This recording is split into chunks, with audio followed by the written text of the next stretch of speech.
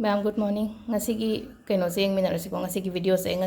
se handak ngasi se Monday ni na kaino handak hafta gi pula poina yenga se hadi handak hafta se ke lege haibado ado first pile khanba second khanba three khanba le ko adum si smaina dum khanbiro ko si na hadi kaino ge messages ke lege angel messages ke lege aduga tarot gi card ki reading gi message na kai la ke haibado ahambada the full card haina lai ko the full card se akoina thaba ama anoba hoge haragadi hobada akaiba kemta leite ko ado kitang obstacles te lakani ko kaino haidi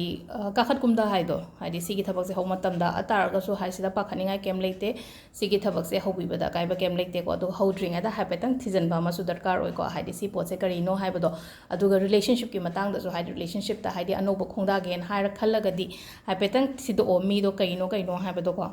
ado sida lere ko number 1 gi kaino sina ko haidi reading gi message na aduga sida na kai haiga amana hai sida no need to worry na hai ko sida haidi kemta pakhakan sathi gono ko haidi na ji khaliba potu gi damakta ado mathangi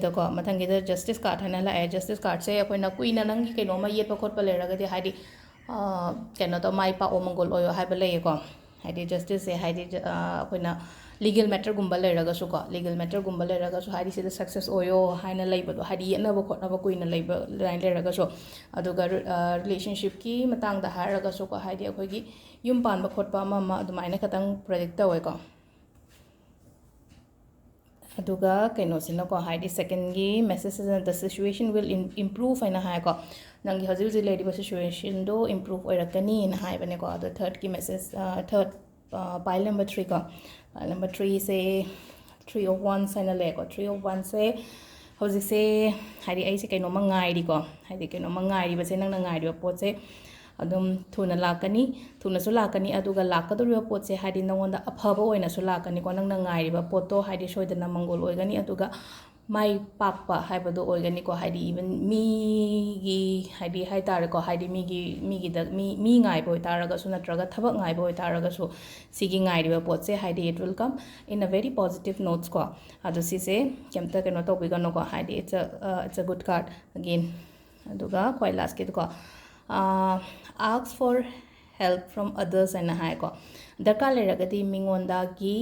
mateng gumba hangbiyo ko haidi aina kai gumba decision making gumba ngamdre na khalase ko natraga kainoma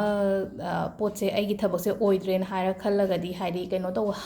hangbiyo haidi hangbada kaino to hangoi ba ko to bi ko haidi darka leragadi hango ka shukai de ko help gumba kaino to nibiba hai tare ko mingonda ge ado sida lere ngasigi akogi kenogi message handak hafta gi reading se sida lere ko ado handak hafta gi reading bodi sida lere adu engonda haidi toina sum haidi negativity kamaina remove tawgada gen ha ko negative imung dagi negativity remove taw nabati aina ngasai gi ha na ko haidi saturday da haidi thum hapaga haidi waite biyo ko piyo haibadu malay na ko aduga isha dagi haidi mine yengchilakpa khochalakpa adumba gi negativity na kamaina remove tawge haiga matam sida akogi aina